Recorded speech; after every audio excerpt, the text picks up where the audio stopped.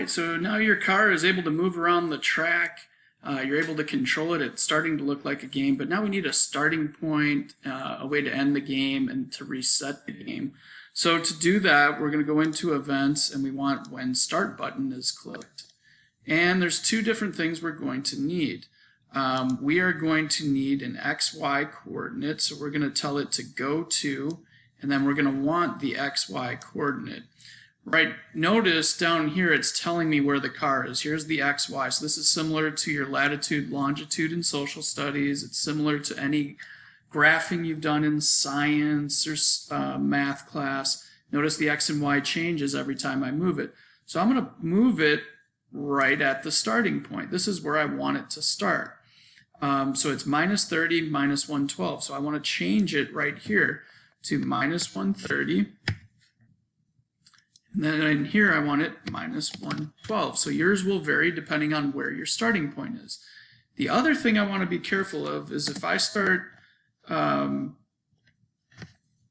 if my car starts racing, if I hit the start, whoops, and it moved it, actually that's not where we want, minus 29. So I caught it. It's a good thing to test it. So now let's see what happens. If I hit start, and let's see, I stop the game here. Now watch what happens when I hit the start button. It keeps the angle that we had it at, which it's not necessarily a good thing. So we're going to use the point in direction, and we're going to put it at 90. So now watch what will happen. And it just changes it to point. You can set up the car to go whatever direction you want.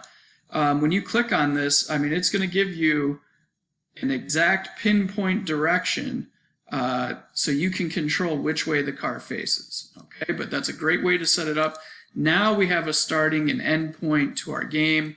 Whenever somebody stops the game, and now they hit the start button, it brings it right back in the ready to play game. You can go ahead and set up your game.